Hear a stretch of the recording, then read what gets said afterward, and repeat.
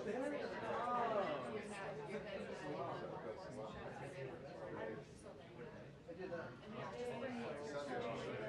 the briefing?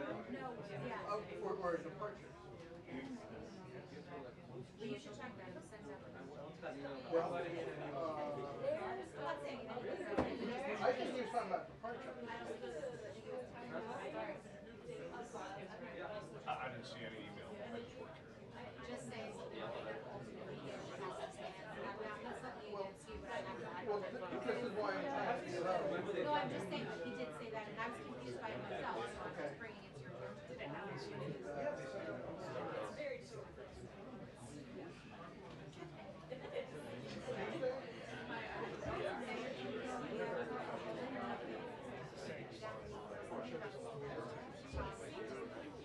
Oh, this one works. Yeah. You got, they sent that to you.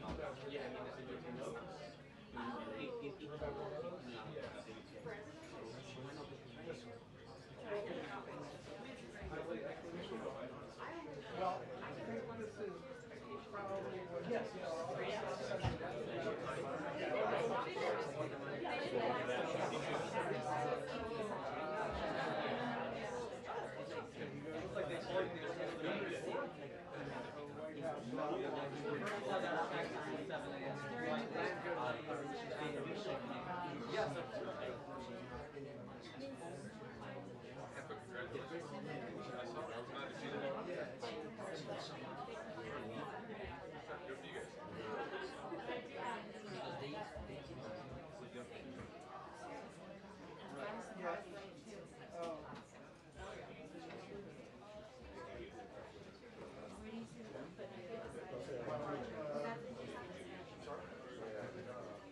So they would know where to go.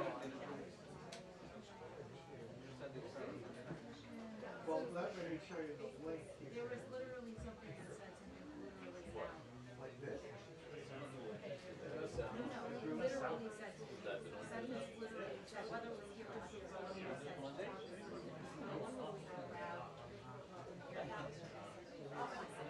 Yeah, no, I certainly didn't see it.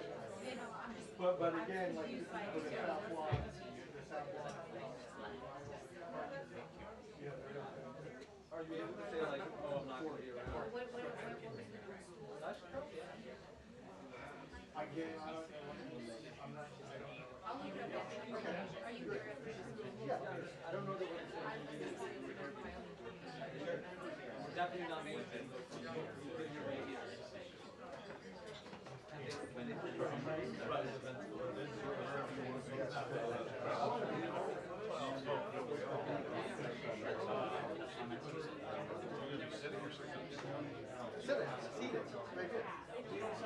I will replace this, so I'll just tuck in. Okay. Or you might replace that. Yeah, I'm new media.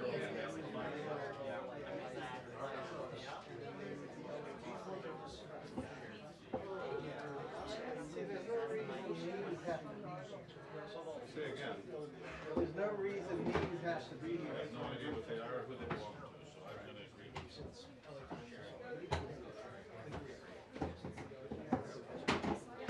earlier? I love it. It's so beautiful.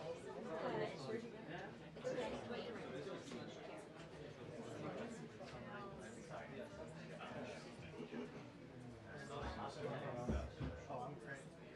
Well done.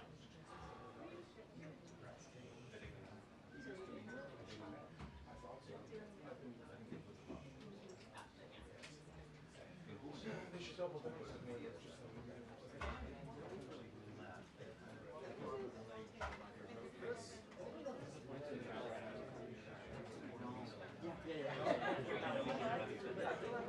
Sarah, how do we stand? Oh, yeah.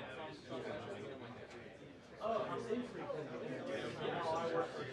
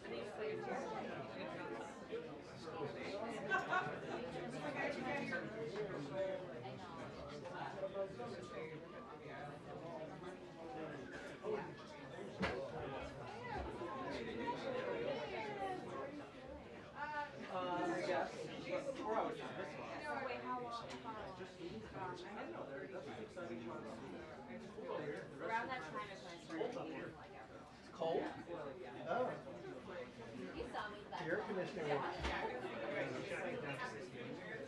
But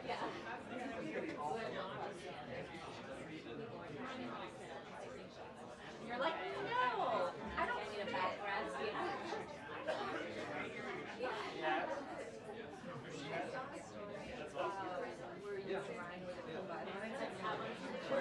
Is that really?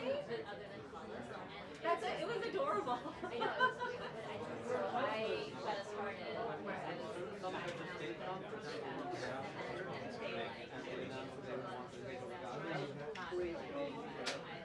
Oh, that's really funny. And then my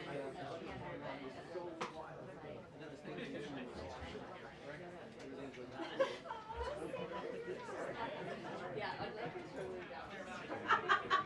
was it on the part? Yeah. It was very cute. Yeah. My husband and I will not go to my line together. I think that's one of the best.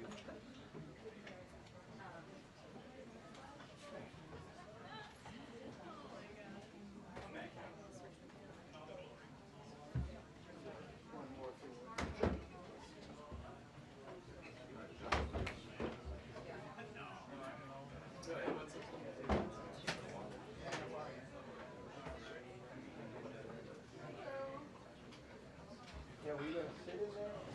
I am not. Yeah, I do.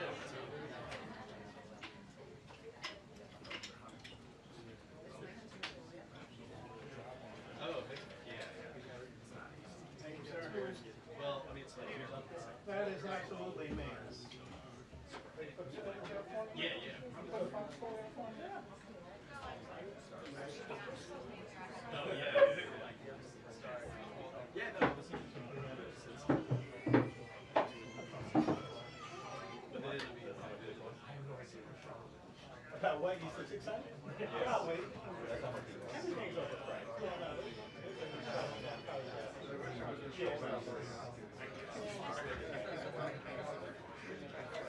yeah, exactly. By the end of it, it's like, yeah. I'm not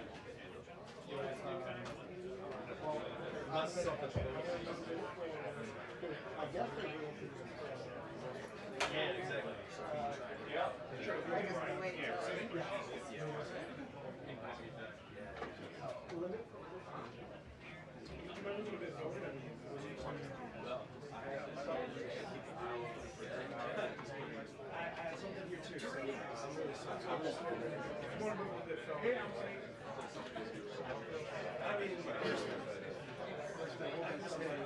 I know, but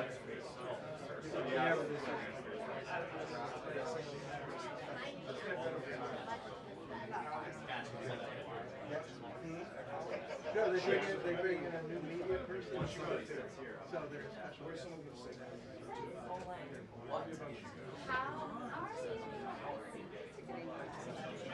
Yeah. Yeah. We'll try to make sure I can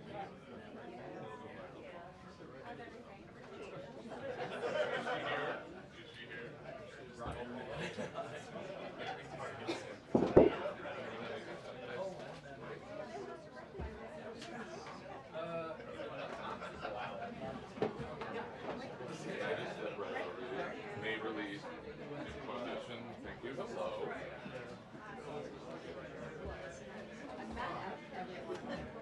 okay, got it. Yeah. Yeah, I see that. I think you've texted me whatever this week says. There is a new truck.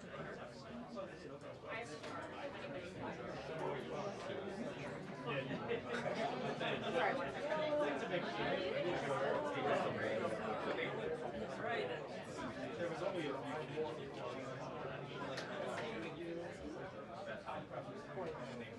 Sick-ish. I know. I made How are you?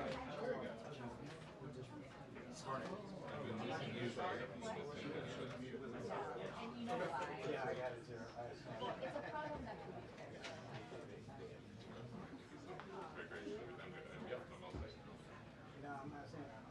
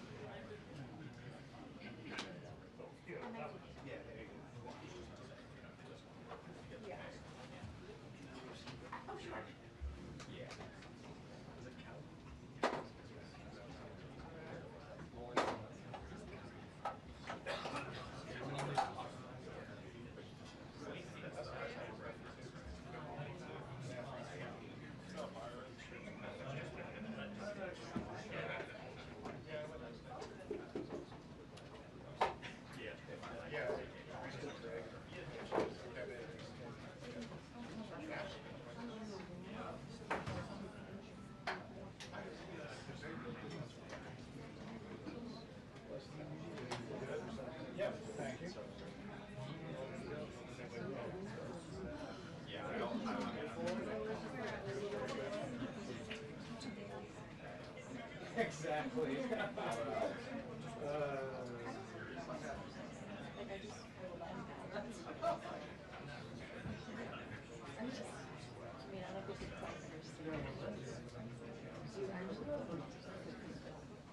So used to seeing that.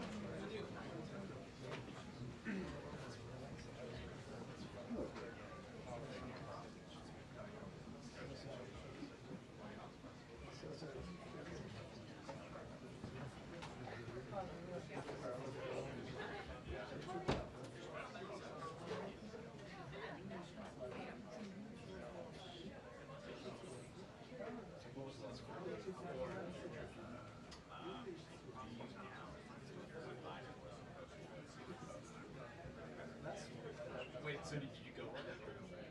Oh, by yourself. So.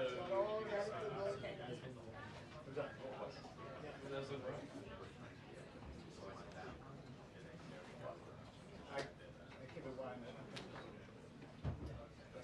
So I'm not going to go. Which I guess would be the wise thing. Wow, what you doing? I was thinking of those things. So I'm curious just because obviously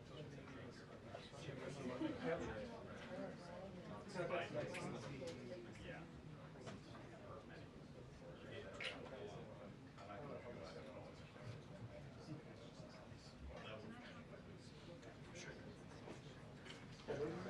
And there was no, I know.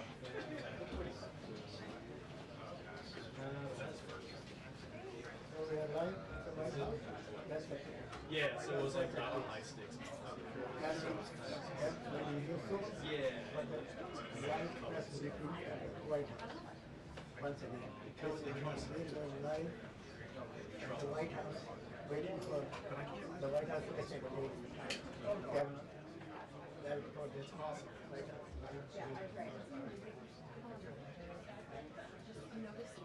Okay, bro. Basically said, John said he cannot consider that an emergency. And so we expect to hear the next steps about that. But just as we were coming to air, this is going to sound repetitive, but it's not. It just keeps happening. Another federal judge here in Washington, D.C. struck down, or at least blocked, some of the executive orders related to tariffs and China that President Trump signed around Liberation Day.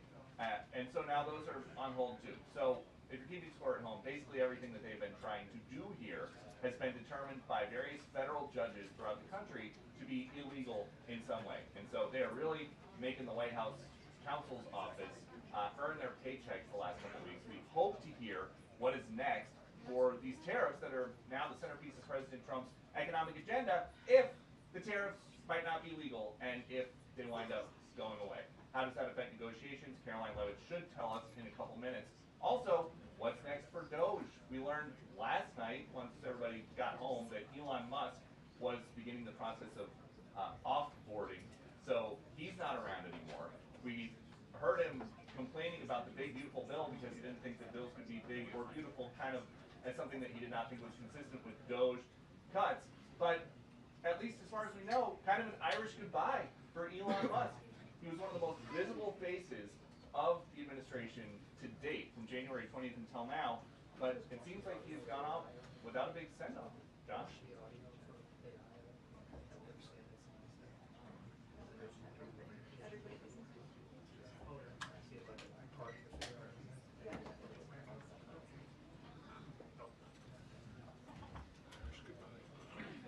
Thank you.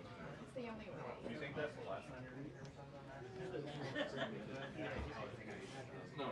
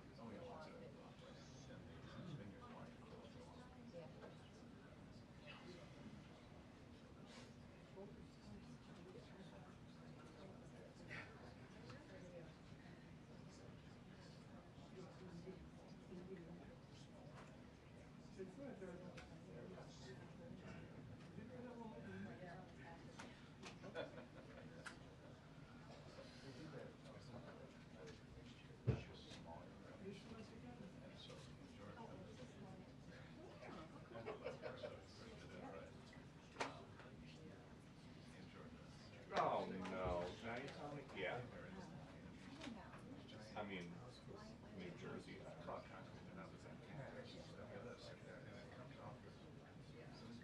I'll find out.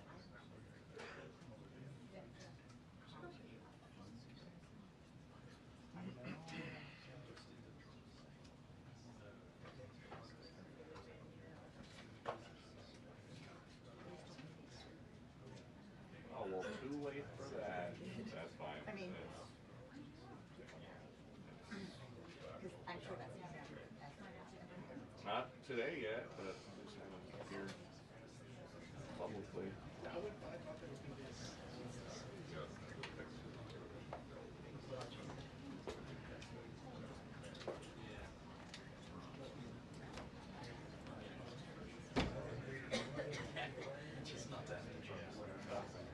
Okay. Clean. You're good. Okay. Should do more of that before I talk to people.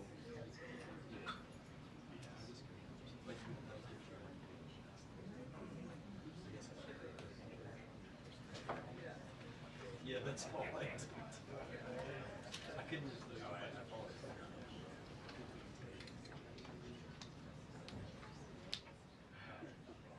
Yeah, what?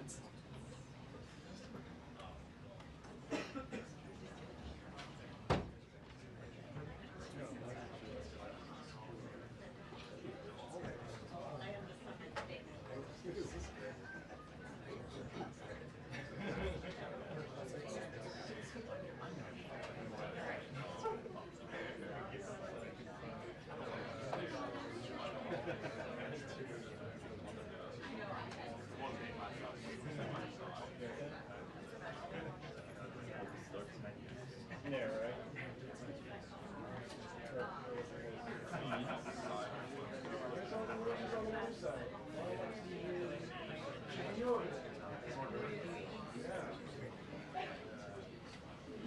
Need to go call it.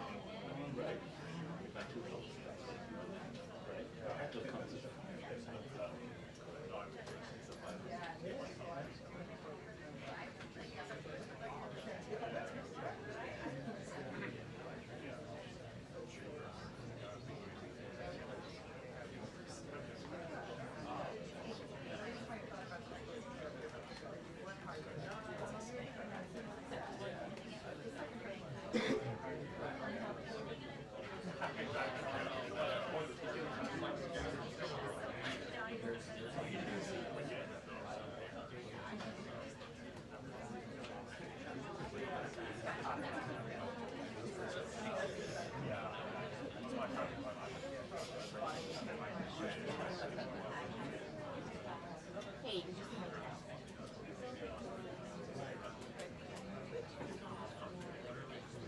Of course, oh, the same one? Oh, okay. Did you do the transcript?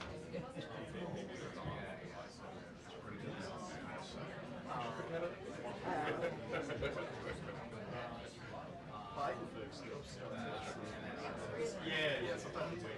Yeah. This is actually relative to. Which one? It's a little fewer. I mean, I don't know. Part of it's Trump speaks.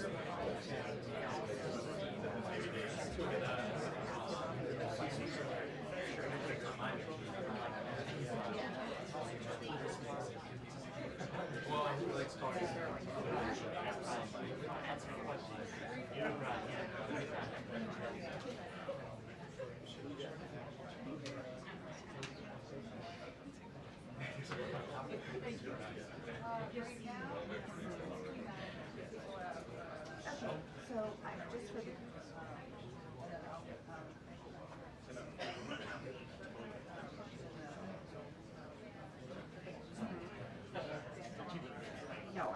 I don't know, but it's old.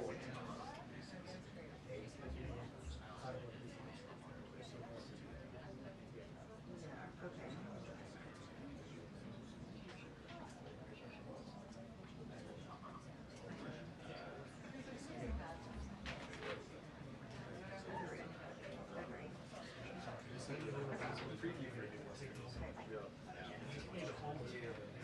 Do you like this?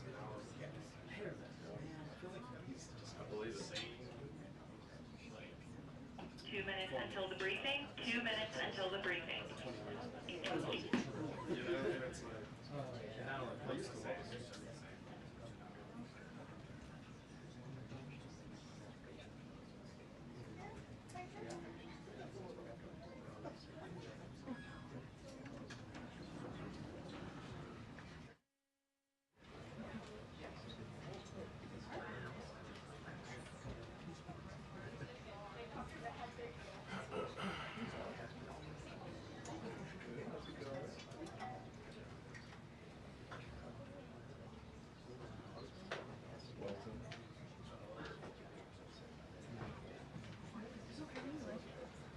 Great.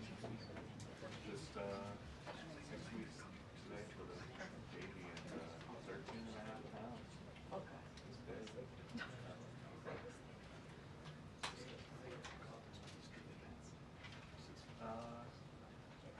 Well, I can't really say that my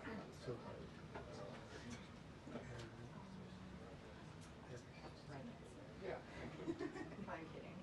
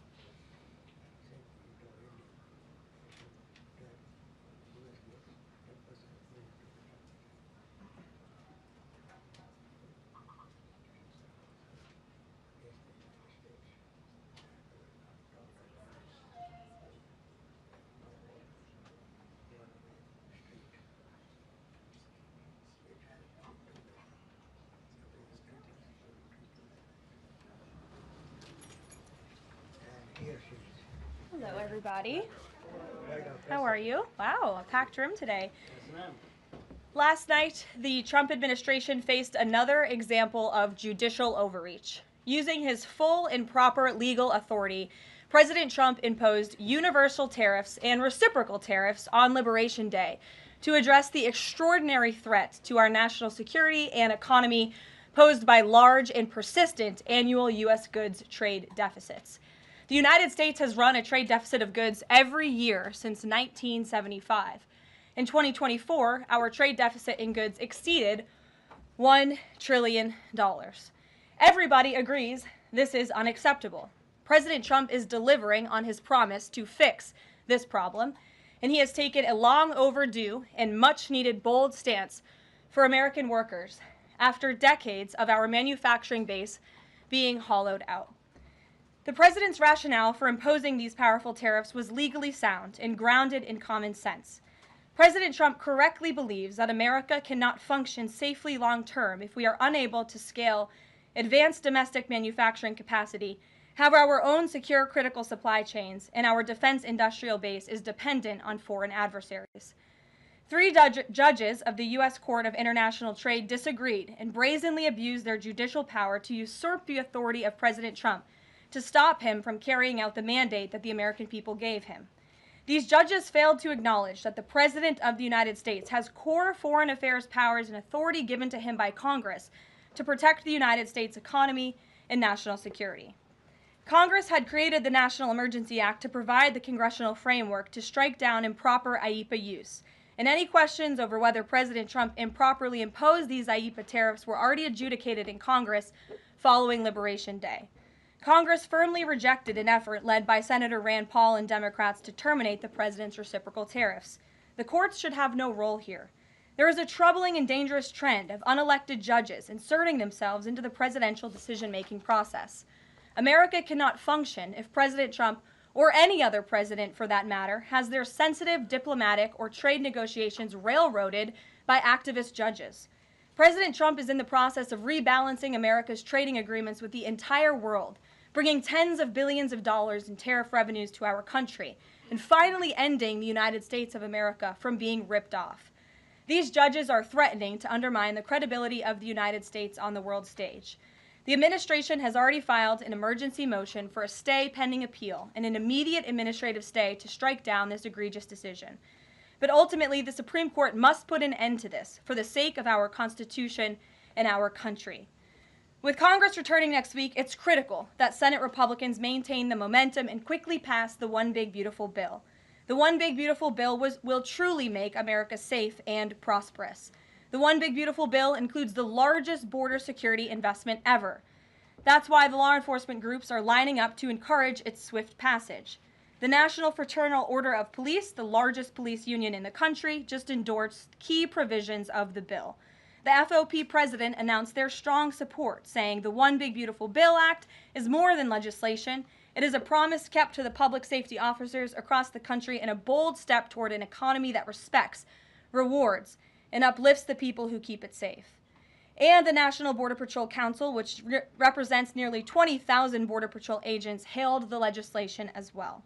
The group's president said this legislation provides a once-in-a-generation investment in the border security of our great country and will make America safer. The One Big Beautiful Bill will guarantee we can permanently have the safest, strongest, and most secure immigration system in American history. I also want to take the opportunity to debunk some false claims that have been circulating in the press about this bill. The blatantly wrong claim that the One Big Beautiful Bill increases the deficit is based on the Congressional Budget Office and other scorekeepers who use shoddy assumptions and have historically been terrible at forecasting across Democrat and Republican administrations alike. For example, just before Congress enacted the original Trump tax cuts at the end of 2017, the same CBO projected that growth would average a mere 1.9% over the next 10 years. However, by 2019, actual growth had surged to 3.4% once the Trump tax cuts went into effect, exceeding the CBO forecast by nearly 2 full percentage points. The CBO's latest forecast makes the same anemic growth assumptions as they did in 2017, missing the impact of the One Big Beautiful Bill. The CBO assumes long-term GDP growth of an anemic 1.8%, and that is absurd. The American economy is going to boom like never before after the One Big Beautiful Bill is passed. The largest middle-class tax cut in history, massive deregulation, and the most aggressive domestic energy exploration ever will fuel small businesses, further boost private investment, increase workers' wages, and supercharge economic growth. The Council of Economic Advisors has factored in the effects of all these pro-growth policies and estimated in their own analysis that growth will average 3% in the long run after the One Big Beautiful Bill is passed, which is nearly double the ridiculous CBO projection. This higher growth would result in $4.1 trillion in additional revenue over the next 10 years. Between the common sense spending reforms contained in the One Big Beautiful Bill and the robust economic growth that will be generated as a result of it, there will be no increase to the deficit. The same analysis from the CEA shows just how this historic package will unleash prosperity and ignite a blue-collar boom across America. But if the radical Democrats get their way and the One Big Beautiful Bill does not pass, Americans will face a whopping $4 trillion tax hike. This is unacceptable to President Trump. President Trump will not allow Democrats to massively raise Americans' taxes. Senate Republicans must get this bill passed. Failure is not an option. The American people are counting on Republicans to deliver. In other news, despite all the doom casting from the media, Americans are growing more and more optimistic about the economy under this president. Consumer confidence surged in May with the biggest monthly jump in 4 years, smashing expectations. According to the release from the Consumer Confidence Index, the increase in confidence was broad-based across all age groups, income groups, and political affiliations. Our country is clearly heading in the right direction under President Trump's bold leadership. For the first time in history of Rasmussen polling, a majority of Americans believe the country is on the right track. It's unsurprising because the president is fulfilling the promises he made to the American people. Here in our new media seat today, we have the editor-in-chief of The Federalist, Molly Hemingway. The Federalist is led by Molly and Sean Davis and provides fearless journalism and coverage of politics and culture to millions of readers all over the world. Thank you for being here, Molly, and why don't you please kick us off? Thank you, Caroline. Thank you. In the first Trump administration, there was an effort to stymie the agenda of Trump through the Russia collusion hoax perpetuated by many people in the media, including some people seated here, or the media outlets they represent, and other Democrats as well. The second Trump administration, to reference what you said at the beginning, seems to be subject to an effort to stymie the agenda using rogue lower court judges. You mentioned that the Supreme Court could and should do something to rein in these lower court judges. Also, Congress could do something about it, but they don't seem terribly interested in it. It also seems there's not much of an actual coordinated effort from this White House to take and tackle this effort from judges, Democrats and other people using these judges to stymie the agenda. Is there an actual effort by this White House to tackle this issue in a comprehensive way, and if so, what is it? There is an effort by this administration to tackle these rogue judges and the injunctions and the blockades that we have faced in our broken judicial system in every case. I mean, we have seen time and time again these lower district court judges ruling against this administration and the president's basic executive authority and powers. And this administration is fighting every single one of those battles in court, including already the block that came down from the tariff court, the IEPA court last night. And as on my way out here to the briefing room, I understand that there was another district court judge right here in Washington, D.C. who ruled against the president's tariff power. And I will get to the heart of your question, and I'm glad that we are addressing this in the room today, because nationwide injunctions ordered against the first Trump administration, Trump 1.0, account for more than half of the injunctions issued in this country since 1963. And President Trump had more injunctions in one full month of office in February than Joe Biden had in 3 years. And let me roll through some of these radical injunctions to paint the picture for the American people at home. These are not just talking points. These are real judges in the court of law who are trying to block the president's power and the policies that he was elected to enact. For example, a court ordered the Trump administration to return already deported terrorist aliens back to the United States. A court has ruled the Trump administration can't even temporarily pause our refugee programs. Courts prohibited the Trump administration from eliminating federal funding for child transgender surgery and mutilation, a practice that the American people overwhelmingly reject. A court also held that the Trump administration could not ban people experiencing gender dysphoria or mental health issues from serving in the military. Ridiculous. Courts prohibited the removal of transgender women from women's prisons despite potential physical harm to real women in those prisons, biological women. A Northern District of California judge issued an absurd ruling that the president cannot fire people within the executive branch without Congress passing a bill, even though Congress has expressly authorized the president through the Office of Personnel Management to authorize reductions in force across agencies. A court also ordered the Trump administration to rehire thousands of already fired employees in several cases. A federal judge blocked the Trump administration from defunding the Department of Education, another signature campaign promise that this president has the power to implement. Courts ordered the Trump administration could not eliminate funding for illegal DEI programs, hence the word illegal. These are illegal programs to begin with, and now the courts are trying to say this president can't roll them back. And a district court judge prohibited the president from issuing any categorical funding freezes. And then another court ordered on top of that the administration makes $2 billion of payments in 36 hours. These are just a few of the ridiculous orders that we have seen from lower district court judges every day, and we hope that the Supreme Court will weigh in and rein them in. But White House advisor Stephen Miller says it's judicial tyranny. Some people are calling it a judicial coup.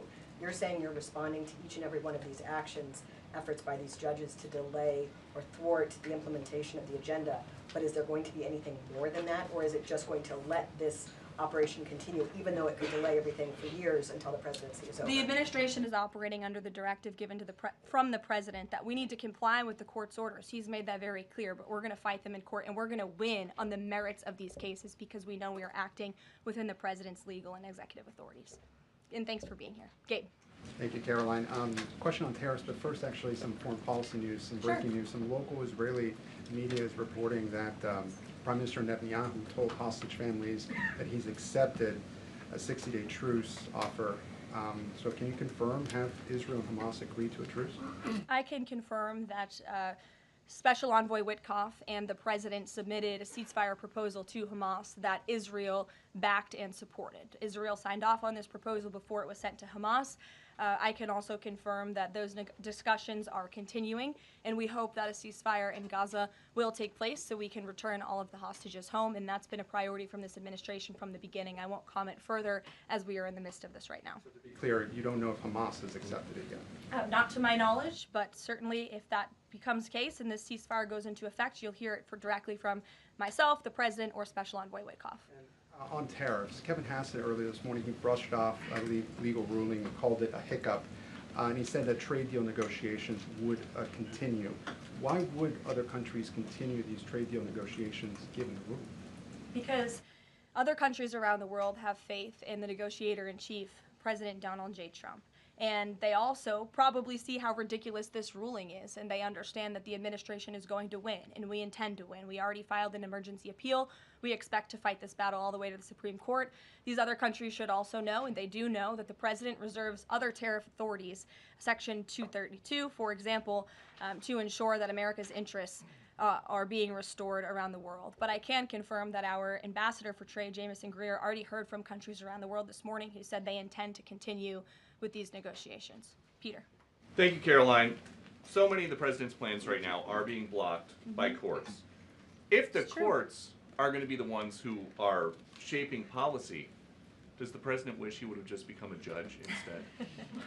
I think the president would take this job over being a judge, and certainly the president is acting within his authority. He wishes judges would do the same. But so the courts are basically telling you guys they think that the White House's policies, the president's policies, are in some way against the law.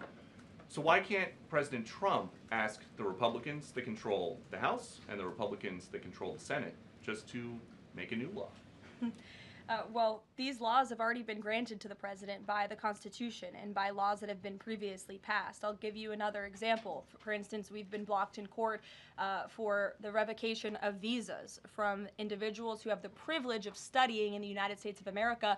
Secretary of State Rubio has simply used his authority to revoke those visas, to revoke that privilege, and we've seen the courts try to block that. So if these judges want to be the Secretary of State or they want to be the president, they can run for office themselves. It should be the other way around. But all of the actions the president has taken rely on legal authorities that have already been granted to him by our nation's existing laws. And on a different topic, there are some folks in President Biden's inner circle, who are now in talks with Republicans in Congress to give interviews about how they may have handled President Biden's decline. Is the president satisfied with aides only sitting for these transcribed interviews, or would he also like to see some kind of testimony from the former First Lady, Dr. Biden? I think, frankly, the former First Lady should certainly speak up about what she saw in regards to her husband and when she saw it and what she knew. Because I think anybody looking, again, at the videos and photo evidence of Joe Biden with your own eyes and a little bit of common sense can see this was a clear cover-up. And Jill Biden was certainly complicit in that cover-up. There's documentation, video evidence of her clearly shielding her husband away from the cameras. They were just on The View last week. She was saying everything is fine. She's still lying to the American people. She still thinks the American public are so stupid that they're going to believe her lies. And frankly, it's insulting, and she needs to answer for it. Ouija. Thank you, Caroline. President Trump was asked what he thought about Elon Musk's claim that the big, beautiful bill increases the budget deficit and undermines the work of DOGE. And the president didn't actually comment on those remarks. He just talked about the need to support the bill. So what does the president think about what Elon Musk said? Well, the president is very proud of the one big beautiful bill, and he wants to see it pass. He wants the Senate to get to work on it and send it to his desk as quickly as possible. Of course, as you know, Elon Musk announced last night his departure as an official special government employee from the Trump administration. We thank him for his service. We thank him for getting DOGE off of the ground, and the efforts to cut waste, fraud, and abuse will continue. So he doesn't have any comment about Musk saying it adds to the deficit and it undermines all his work? The president commented on this. I commented on it. I told you that this bill saves $1.6 trillion according to the Council of Economic Advisors and the analyses that the president believes in. So he gave a comment. I give a comment. Just because you don't like that comment doesn't mean it's not a comment. Rachel. Thanks, Caroline. Back on trade, I know you said the White House is going to fight this ruling in court. Is the administration actively reviewing other avenues, other options to carry out the president's trade policy? The president's trade policy will continue. We will comply with the court orders, but yes, the president has other legal authorities where he can implement tariffs. However, it does not dispute the fact that the president was right to declare a national emergency when it came to fentanyl and when it came to our crippling deficits and the lack of critical supply chains here at home. That is the reasoning for the president's tariffs. And the court didn't dispute those facts, by the way. And there have been other courts that have reaffirmed the president's position. In fact, a ruling in federal court earlier this month shows that the administration is in the right, said we will win on appeal. A federal district judge in Florida ruled that IEEPA, in fact, does grant the president the authority to unilaterally impose tariffs. And 20 years ago, I will add, they are not a court, the New York Times editorial board responded to the January 2005 trade deficit of $58.3 billion by writing an editorial entitled Dangerous Deficits. And since then, our trade deficit has more than doubled. The U.S. trade deficit in January totaled a whopping $131.4 billion. So people on both sides of the aisle, pundits, lawyers, legal scholars, politicians have all agreed that it is a national emergency, our trade deficits and our lack of critical supply chains here at home. It's just President Trump was the first president to actually act on it, to restore that wealth and that prosperity to the United States of America. And it's very unfortunate that the courts are now blocking his attempts to do that. Has the administration then reached the point where you are actually asking your economic advisors to start reviewing other avenues to implement the president's trade policy, or do you want to just see this legal process take place for now? We can walk and chew gum at the same time. We are doing both. Josh. The Fed says the president met with the Fed chair earlier today. I'm wondering if you can give us any readout of that meeting. The Fed also says that they discussed the economy. I imagine the president might have shared views on rates as well, but what can you share with us? I can share with you that we saw, the president and I both saw the statement that the Fed put out after the meeting. That statement is correct. However, the president did say that he believes the Fed chair is making a mistake by not lowering interest rates, which is putting us at an economic disadvantage to China and other countries. And the president's been very vocal about that, both publicly and now I can reveal privately as well. Did he speak at all about his plans for that position, but whether he would seek to move Jay Powell out of that position or keep him in until his term ends? No. Okay. Very quickly on the tariff question, you mentioned Section 232 earlier.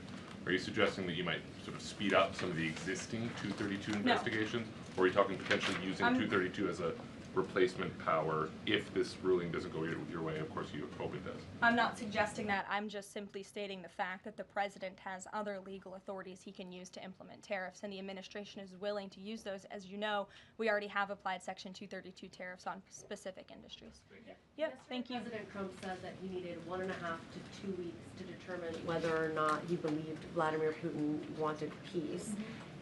He has been in office now for 4 months. What does he believe is going to happen in the next 1.5 to 2 weeks that would change his opinion?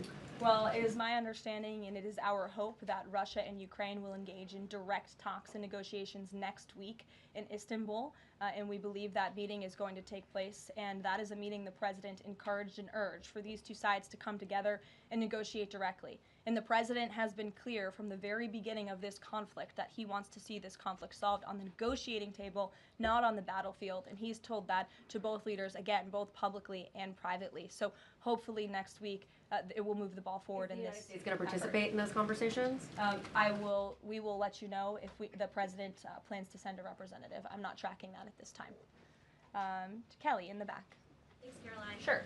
I wanted to just clarify once and for all the Qatari jet, the sale or the gift, because the Qatari government is asking the U.S. to clarify that the jet's pending transfer was initiated by the Trump administration. So is this something that the White House is going to do?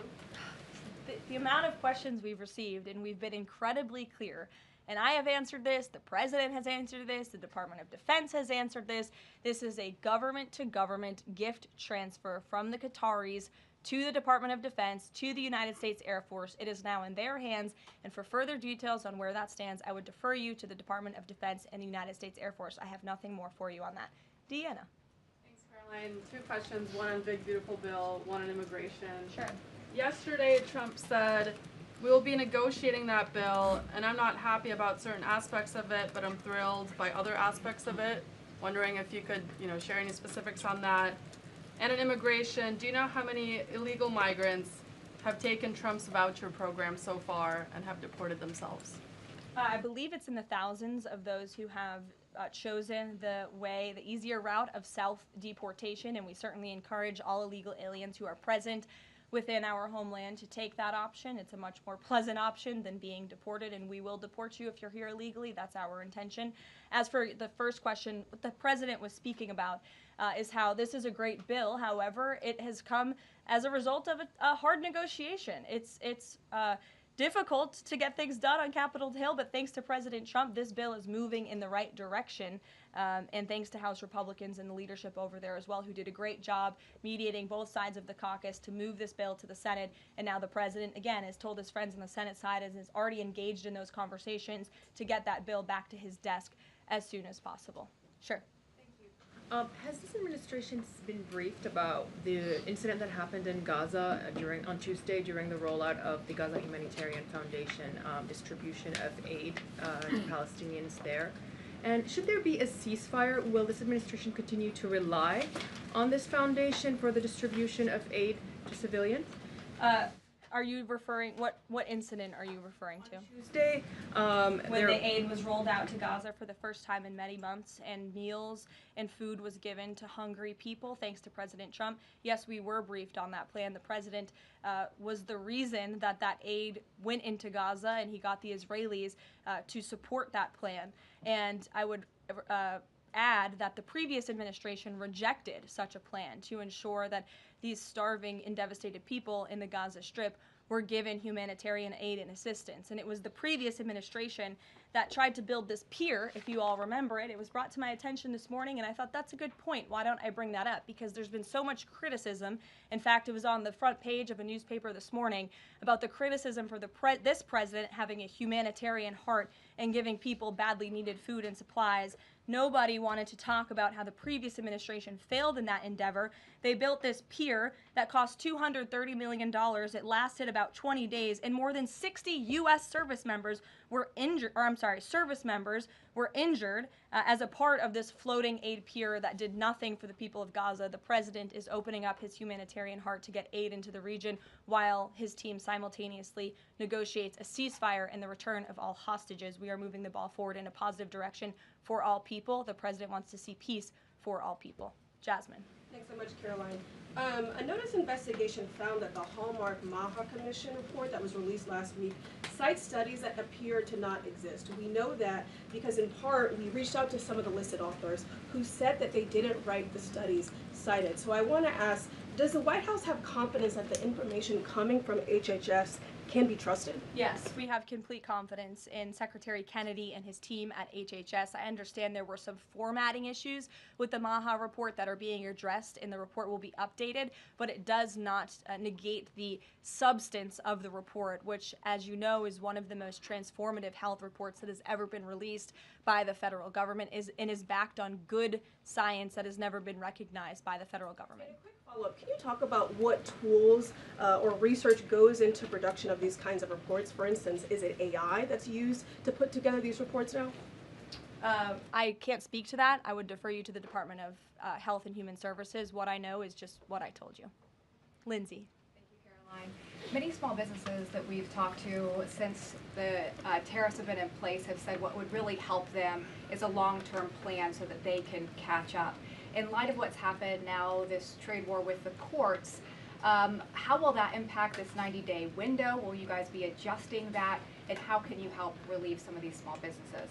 Well, I would say nobody understands the needs of business owners, and nobody has the backs of our small business community more than President Donald J. Trump. He believes, I've heard him talk about this with small business owners himself, that small businesses are truly the backbone of our American economy. And that's why the president is supporting the One Big Beautiful Bill. So for those you spoke to who are asking for a long-term plan, big tax cuts are coming their way. No tax on tips, no tax on overtime for their workers, more money in their pockets.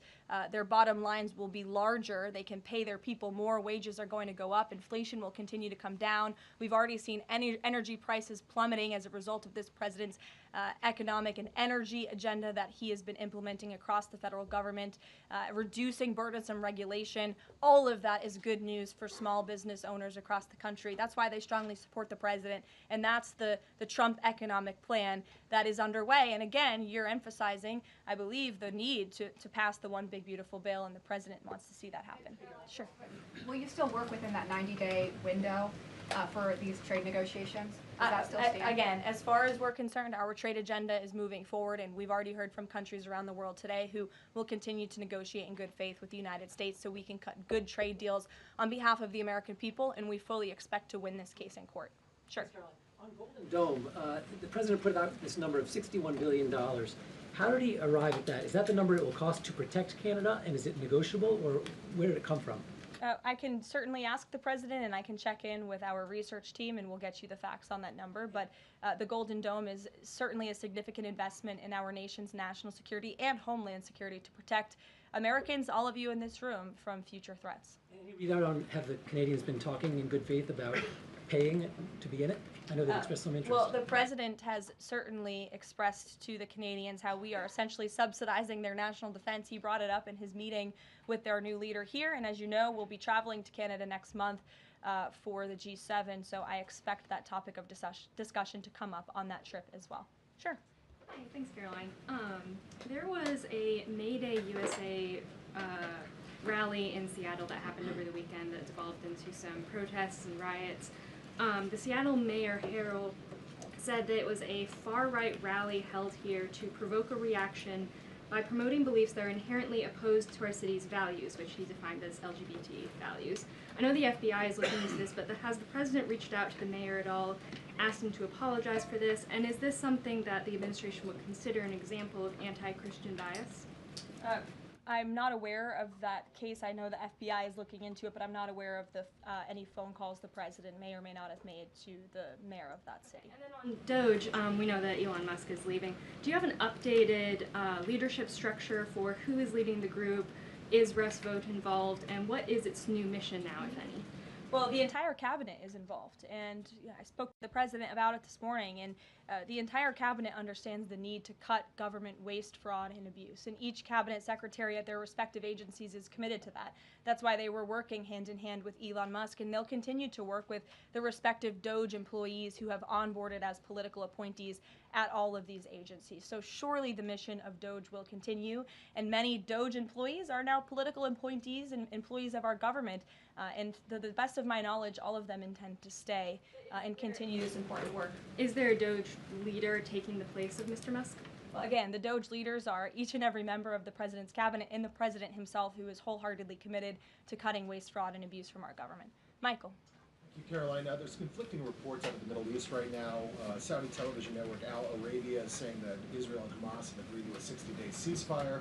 Sources with Hamas are saying that has not been agreed to. If and when that does happen, will we expect to hear something from President Trump announcing that? As I said earlier, yes, indeed.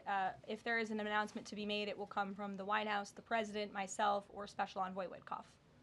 Caroline, one big beautiful bill. The president says he's not happy with all aspects of it. What changes would he like to see be made, and can this bill be both big and beautiful?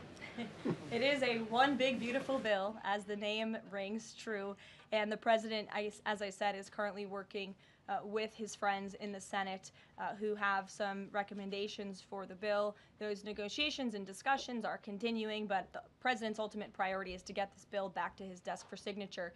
And the president's priorities in this bill are non-negotiable in terms of the tax priorities he wants to see and the large tax cuts in the border investments that are currently in this bill. He is not going to allow them to go away for the American people. Sure, go ahead. Yes, I wanted to ask you about, has the president spoken to any of these foreign leaders about these agreements that have been reached, specifically the case of the United Kingdom that already has an agreement in place after this decision of the court in New York? Has the president talked to foreign leaders about what? About the court decision in New York. Which court decision in New York? The trade court. Oh, the trade court decision.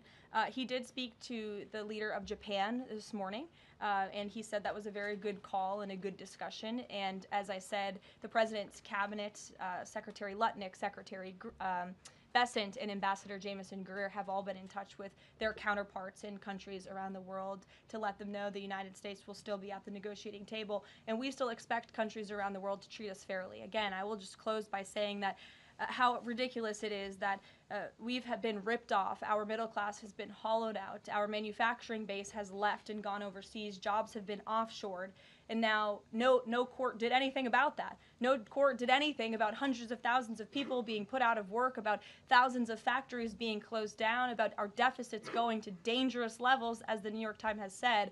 But now a court is trying to stop a president from trying to correct those wrongs of the past. And this administration will continue to do that. It's a promise the president made to the American people, and it's a promise they elected him on. We will win this battle in court, and the president will implement his America First trade policies. Thank you, everyone. There's the U.S. Steel situation tomorrow at the speech. I can tell you the president greatly looks forward to going to Pittsburgh, Pennsylvania, where he will discuss this historic deal and discuss American jobs and American steel, and we hope to see you all there. Thanks, guys.